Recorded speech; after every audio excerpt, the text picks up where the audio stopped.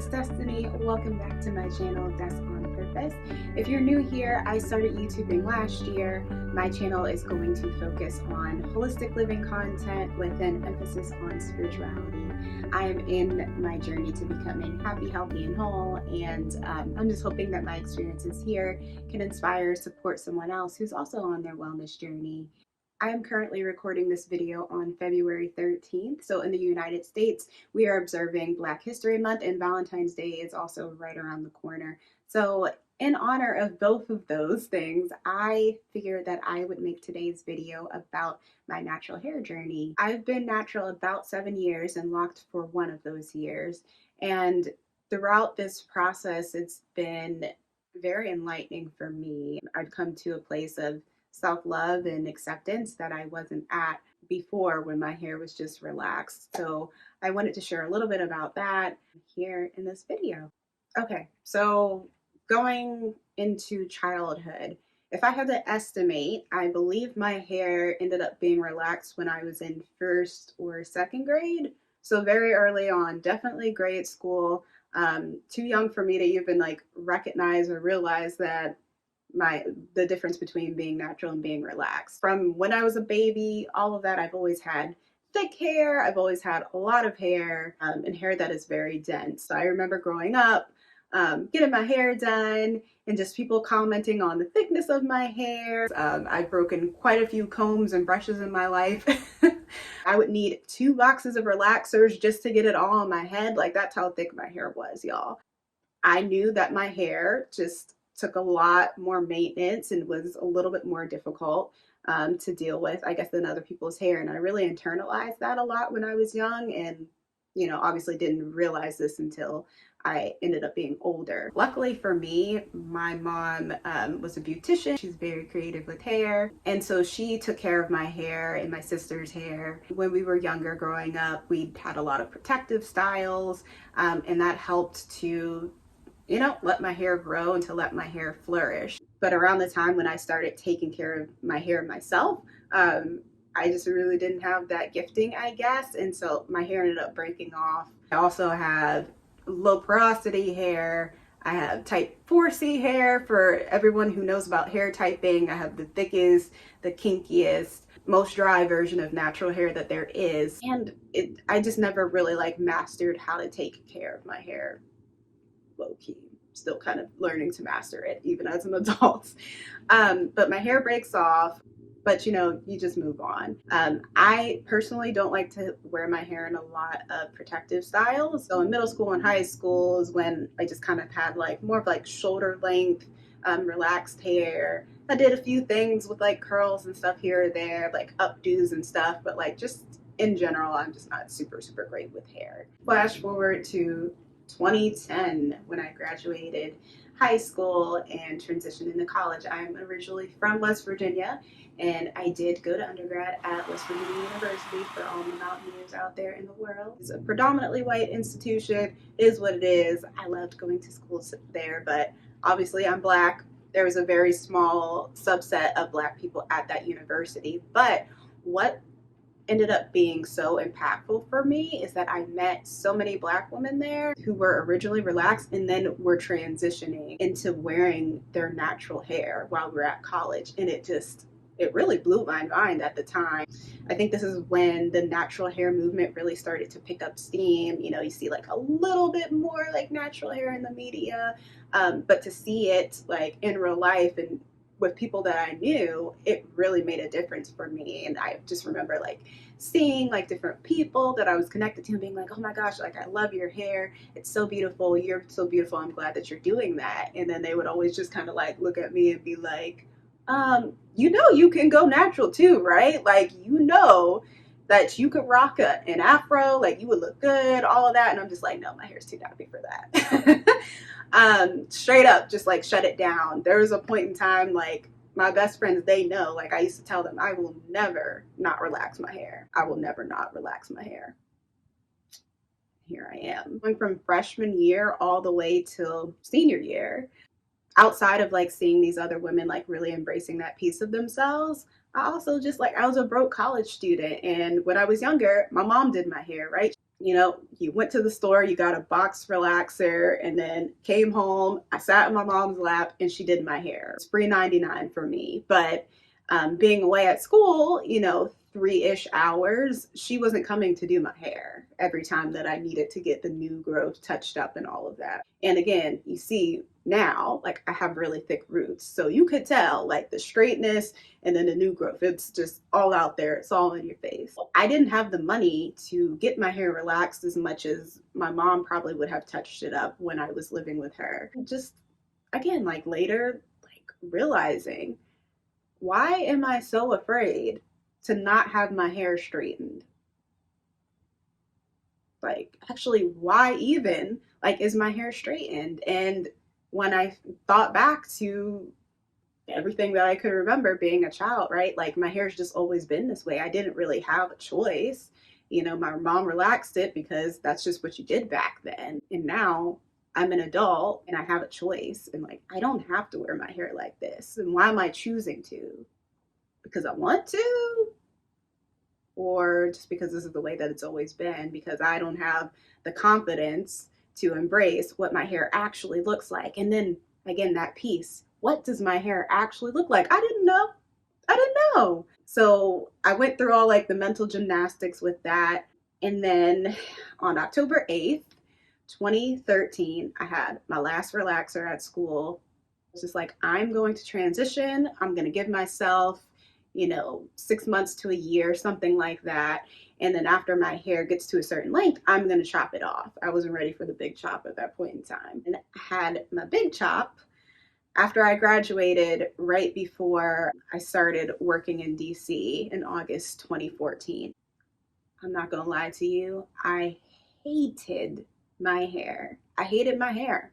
I don't know why. I think when I was in the transitioning phase and like when I was like very interested in seeing like what type of curl pattern I would have, how it would actually look, I think in my mind I was, you know, I was envisioning like this looser, like chili TLC type hair. And then like I also, some of my best friends are biracial and like their hair texture is just a little bit looser, you know, easier to deal with, all of that. And in the midst of my transitioning, I'm hoping that I'll be closer to that. I'm just like, I know my hair ain't gonna be like that, but you know, it could be something in the middle. And it was not, right? 4C, like I said, kinky, shrinkage on 1,000, all of that. And so when I cut my hair, when my mom rather cut my hair and I looked at it for the first time, I was just like, oh, hell no.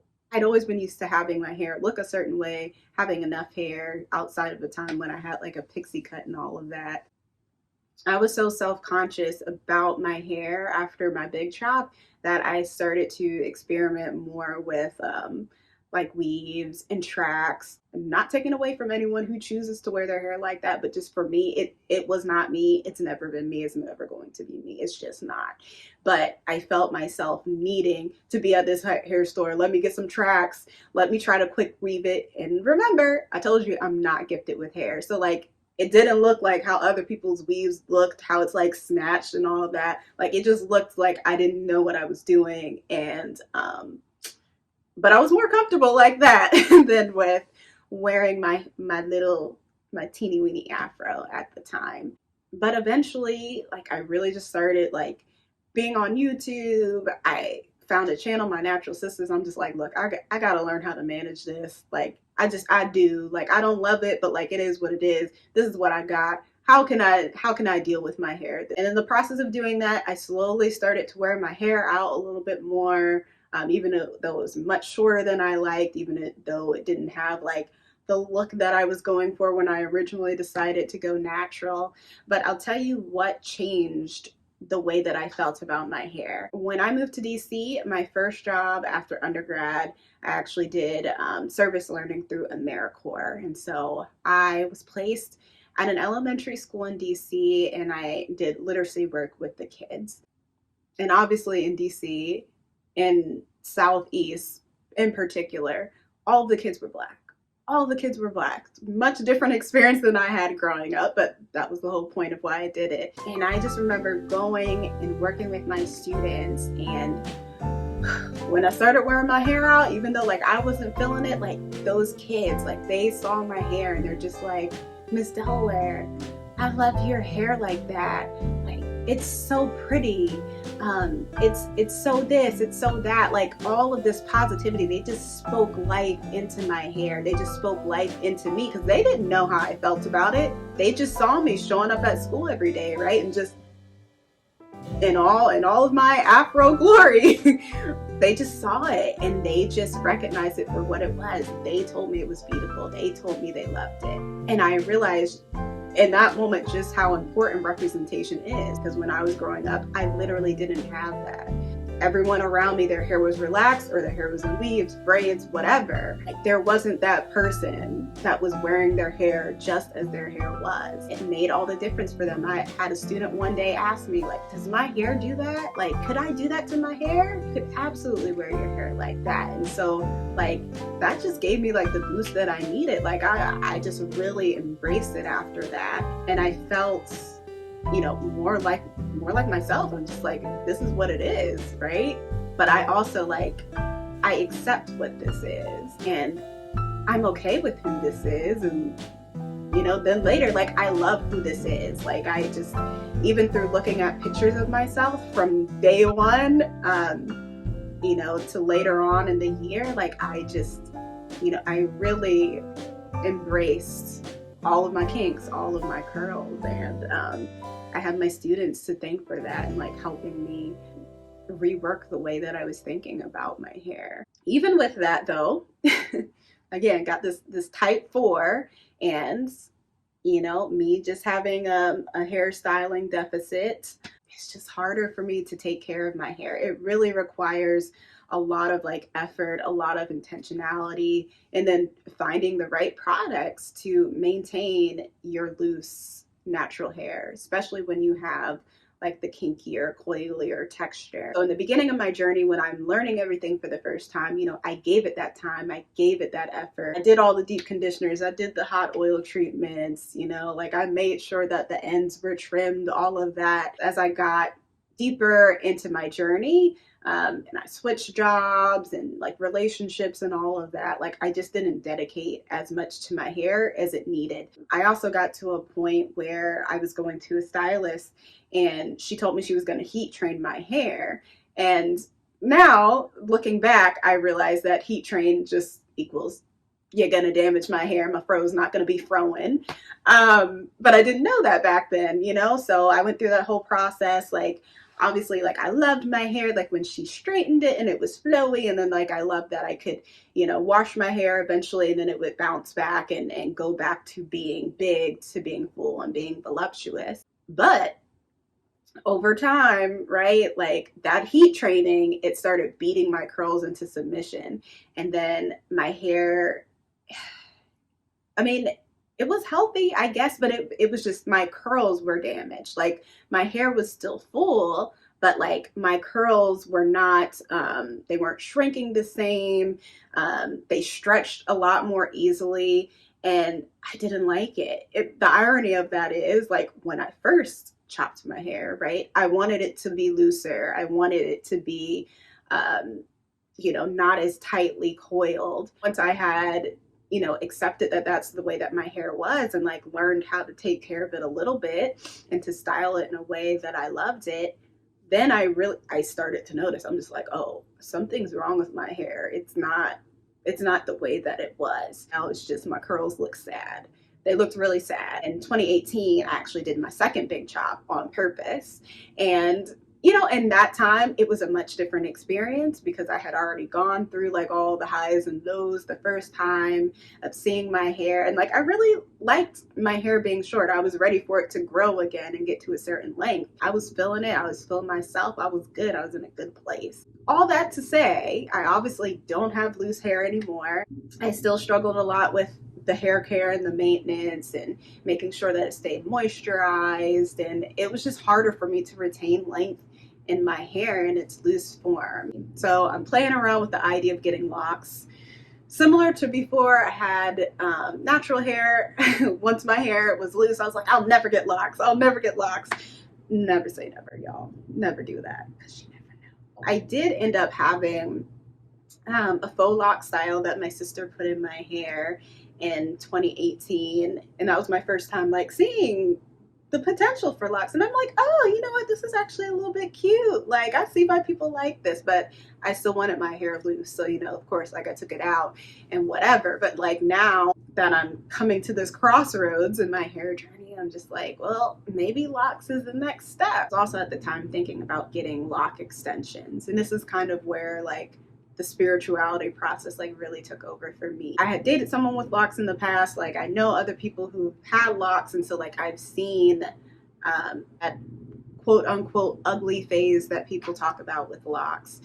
I was very cognizant that I did not want to have an ugly phase, right? I was like, I don't really want to do that. Like, I don't want to give my hair like Rapunzel size locks or anything, but I'm just like, I'll just skip that phase. Like, I'll just get like the extensions or whatever so they can be, you know, like shoulder length or something like that, and then like the rest, my hair will catch up with the rest. And so I was very committed to doing that. I was my research, like seeing other people go through their journey, the feelings that they went through after making that decision. Once again, I had to check myself. I'm just like, why do you want these extensions? Like, what are the extensions going to do for you, Destiny? I realized I wanted the extensions not because I had an issue with how my hair was going to look, but I had an issue with how other people might receive me. I realized that. I'm just like, okay, I'm not getting these extensions because my hair is mine. It looks how it looks. And if I was made in this image, made in God's image, with naps, kinks, coils, whatever, dryness, all of that, you know what? You're going to get all of that. And if you got a problem, then you just got one. I just need to learn to embrace every part of this journey. And that's what I did. You know, I locked officially on December 12th, 2020. So looking back, I think that the biggest contrast between my natural hair journey and my lock journey was about my mindset. When my relaxer was cut off and all I had was 2 to 3 inches of a baby fro, I wasn't just learning to love my hair or myself. I was also unlearning. I was unlearning stereotypes about attractiveness. I had to take myself and other Black women out of this box that says we have to look a certain way to be pretty or desirable. In doing so, I welcomed this new, truer version of me, and those lessons carried over into the experience with my locks. I took those concepts a step further when I became closer to God, and because I did that, I began to see myself for the first time the way He sees me. Fearfully and wonderfully made. You know, look up the scripture, y'all.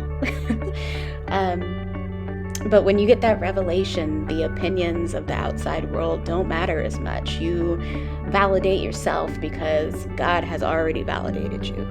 You know, clothes and makeup and hair, they're all forms of expression. But imagine being in a community where you're discriminated against for the way your hair grows out of your scalp. And on the flip side, those same hairstyles on said scalp are culturally appropriated elsewhere and deemed acceptable. It's ridiculous.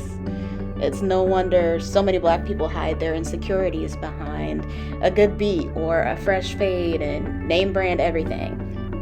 Shoot, I even thought about retwisting my hair before recording this video for y'all.